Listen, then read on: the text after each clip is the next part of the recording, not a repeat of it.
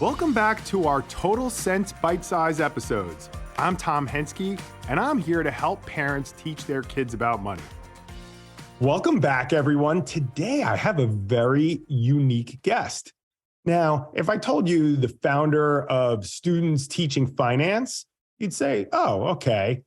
But this is a real student teaching finance. 11th grader from Indiana, Isaac Hertenstein. How are you?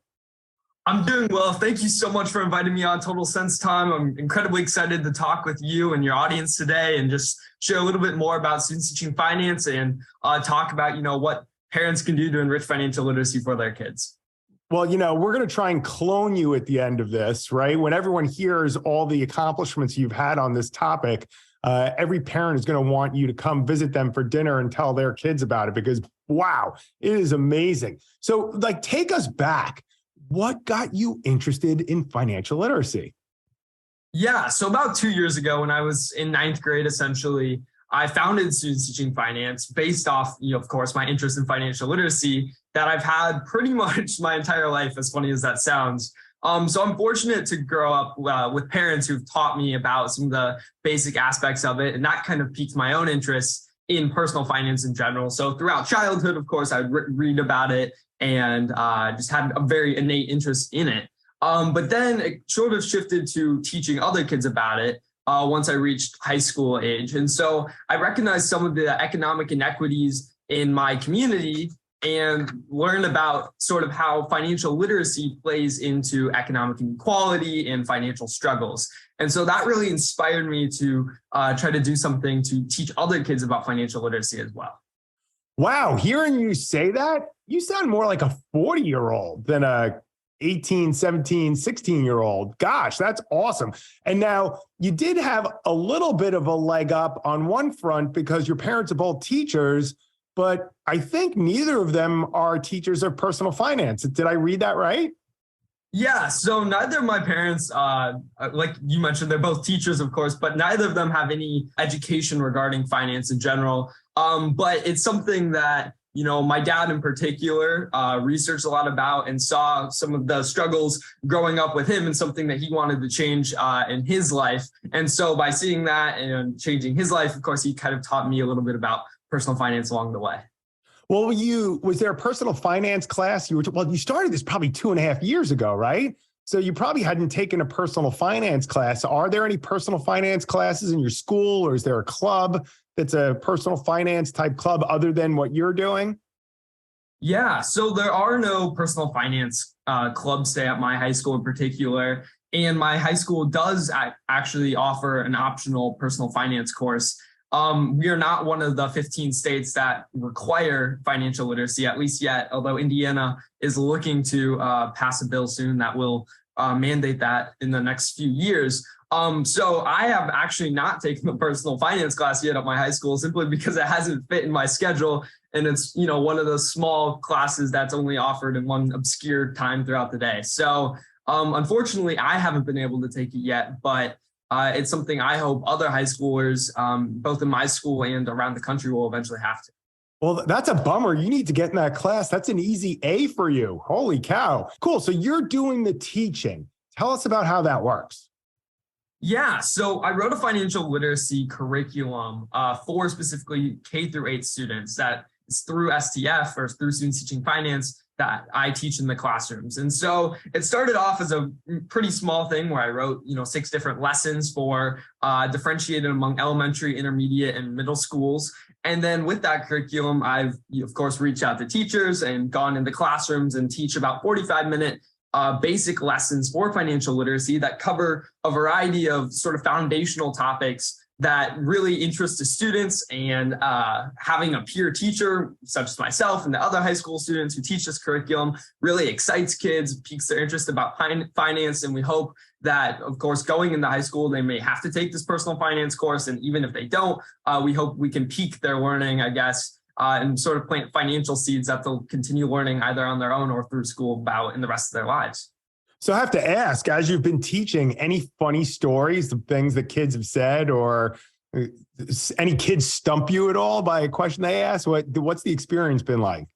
So I'm trying to think through that. I can't think of any, I guess, funny stories off the top of my head, but it is really fun just interacting with the kids. First graders will come up and run up and give you a hug in the middle of your lesson. And then you're just like, oh, I'll pat you back. Good job. Okay, please go sit back down. So it can be fun. There's obviously, the kids are just so fun in general. So I love being in the classroom and teaching with them. Like I said, I can't think of any specific funny stories, but it's really great to hear after the lessons, kids talk about how much they learned, or that, they went home and hearing from their parents how much, they're interested in exponential growth all of a sudden, and just learning a little bit about how, personal finance can really impact their lives. So have you seen any of the kids out in your normal life outside the classroom as you're walking around town or going to get a bite to eat? Do you run into any of the students? Yeah, it happens all the time. So I'm actually from rural Indiana, where my town's only like 10,000 people. So especially in such a small area, I run into kids all the time. Actually, one of my teacher's daughters was in one of the first grade classes I taught. So, it's fun I'll see her after school sometimes roaming around the halls. So I see all these kids all around town, and it's great to interact with them outside of the classroom too. So some kids your age get famous doing TikToks. You get famous teaching personal finance around town. I think that's a little more productive time. I love it. I love it. And tell me about the curriculum. Who can get the curriculum? Yeah, so the curriculum is actually freely available to literally anyone. So it's on our website. It's www.studentsteachingfinance.org. And essentially, it's completely available for anyone to look at with no steps, no hurdles, nothing. For parents or for teachers to look at and try to utilize the curriculum. We do encourage kids who want to utilize the curriculum to start a chapter of Students Teaching Finance where they're going in to teach it. But in reality, no one has to start a chapter. There's no steps. There's no account, nothing. It's freely available for anyone to look at and utilize in their lives. That's awesome. So powerful that you're doing that just for the mission, which is great. And I think a lot of people in the financial literacy space, it's more about the mission. It's not necessarily a business. So I would imagine that it's probably equally great for the kids who are teaching, because they really have to know their stuff in order to teach. And they probably ingrain those lessons in their own heads. Do you find that too? Yeah, absolutely. So we try to, at least initially, work with other high school students who kind of have an interest already in economics or personal finance. But we've actually taught with kids who literally have never taken a class in the course and don't necessarily have an expressed interest in it. And what's great about the lessons is because they cover pretty basic topics, especially the younger kids, it's very easy for the high school teachers to essentially self-teach much of the concepts that they're teaching to the younger kids. So we find it's a great learning experience in terms of the actual content, as well as going in front of a classroom of a bunch of like 30 middle schoolers can be a little intimidating, and learning how to teach other kids and engage them and have fun along the way is a great learning experience in itself too. Right. Like things like just learning how to public speak, right? That's just doing that in and of itself is fantastic. So tell me now, what's the end goal for you? Where do you want this mission to go? And where do you see it going? Tell me a little about legislation and how you think that's going to play out. I'd be curious to hear all those things. Yeah. So Students Teaching Finance essentially kind of has three what we call pillars of impact. And so the first one is education, which is where we go into the classrooms and teach this financial literacy curricula. So on the education standpoint, we want ideally, obviously pie in the sky, to have every K through 8 student in the country to receive personal finance education, whether that's our curriculum or anything else. We're not picking and choosing. We just want everyone to have financial literacy. And if our resources can reach them first, that's great. And we want to spread as much as possible. So ideally, we'd have financial literacy for those younger students to prepare them for older students. And so, as I mentioned, the second pillar is advocacy. And that plays into the whole legislation aspect of Students Teaching Finance and financial literacy in general, where, like I mentioned, only 15 states currently require a semester of personal finance to graduate. And so our goal would be to have every state, of course, require that personal finance semester. And we've advocated in Indiana for Senate Bill 35, which I believe recently passed the House and should go to the state Senate very soon, which would require a semester of personal finance in my home state, starting with the class of 2027.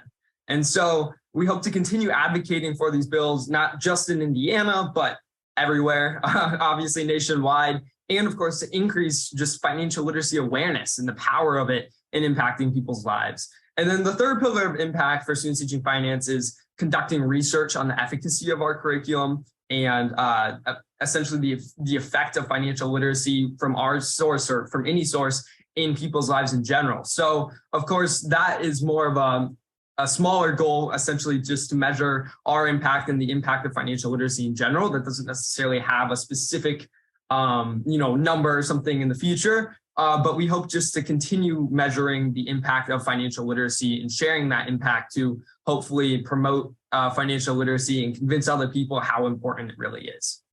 Is there any formality to the group in terms of, do you have a set number of teachers that you meet on, teachers, high school teachers, I mean by that? Do you meet like on Wednesdays, or is it kind of just as things pop up? Or what's the structure look like today?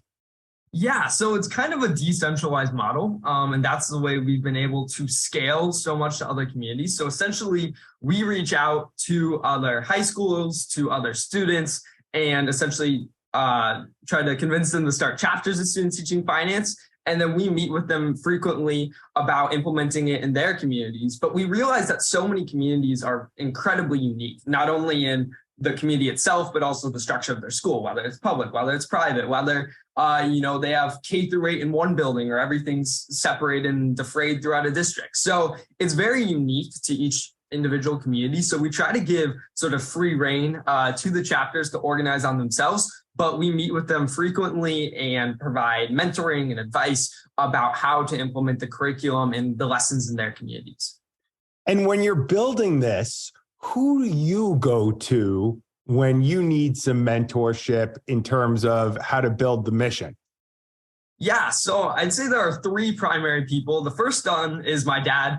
He's been a huge help in terms of just creating the organization and thinking through different ideas with me. And I've loved working with him over the last couple of years. And beyond him, there are two teachers, one at my middle school and one at the high school in Greencastle that I've talked with. So the first one is Mrs. Kara Jadell. She is the economics, personal finance, and broad business teacher at my high school. And so I've worked with her for many, many years, both on students teaching finance and other organizations I'm involved with. And she has been tremendous help in scaling the organization, working with me, implementing it in my community. And I'm forever grateful for all the help that she's provided. And then the other teacher is Mrs. Brittany Labhart, who is a business teacher at my middle school. And I actually had her, several years ago. But she kind of piqued my interest more into personal finance and from developing the curriculum. And I've actually taught in her classroom several times. Okay. Do you guys talk about money in your own house? Of course. Absolutely. Well, I'm very fortunate, like I mentioned, to have parents who've taught me about this. And it's something that, whether it's their finances, whether it's my finances, whether it's college coming up, of course, there are so many fascinating discussions regarding money that obviously have to be had. Otherwise, of course, people are so uninformed going into these choices. So yeah, we love talking about money in my household, and I'd encourage other parents to do too. I think the statistic is 70% of parents don't talk with their kids about money. And while it's great that students teaching finance can teach kids in the classroom, and hopefully legislation will require that too, I think parents have the biggest impact on students and their financial literacy. Wow, you are a force. That's awesome. Isaac, it's been great having you on the show. We're going to put all your information in the show notes so everyone can get a hold of you. I hope some high school kids are listening to this too, and maybe it prompts them to bring your program to their schools. It's fantastic. You are doing an amazing job. And wow, you are so far beyond your age. It is outstanding. Thanks for joining us today. Yes, thank you so much, Tom. I've loved talking with you, and I hope your listeners can just learn from some of the experiences regarding financial literacy and its impact on their kids' lives, students' lives, and everyone's lives. It plays such a pivotal role. So thank you again.